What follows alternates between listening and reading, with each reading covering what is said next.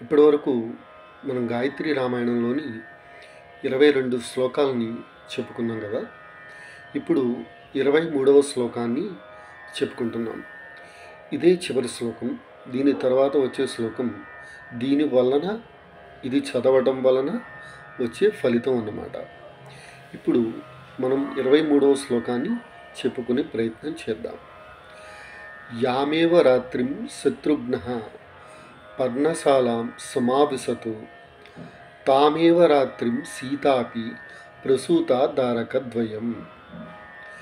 యామేవ రాత్రిం శత్రుఘ్నః పర్ణశాలాం సమావిశతు తామేవ రాత్రిం సీతాపి ప్రసూతా దారకద్వయం.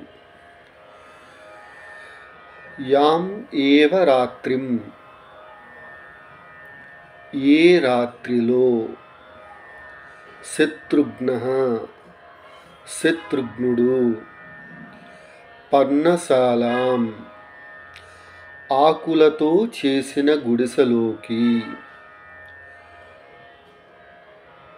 సమావిశతు ప్రవేశించాడో, తామేవ రాత్రిం అదే రాత్రి, సీతా అపి సీతాదేవి అప్పుడే, ప్రసూత ప్రసవించింది, దారకద్వయం ఇద్దరి పిల్లల్ని. ఆ ఇద్దరి పిల్లలు ఎవరు? కుశలవులన్నమాట. ఇప్పుడు మనకి పూర్తి అర్థం ఎలా వస్తుందంటే, శత్రుఘ్నుడు ఆ పర్ణశాలలో ప్రవేశించిన అదే రాత్రి సీతాదేవి కూడా ఇద్దరు పుత్రులను ప్రసవించింది. వాళ్ళ పేర్లు కుశలవులు, మనకు తెలిసిన విషయం. ఇది దీని అర్థం. జై శ్రీమన్నారాయణ.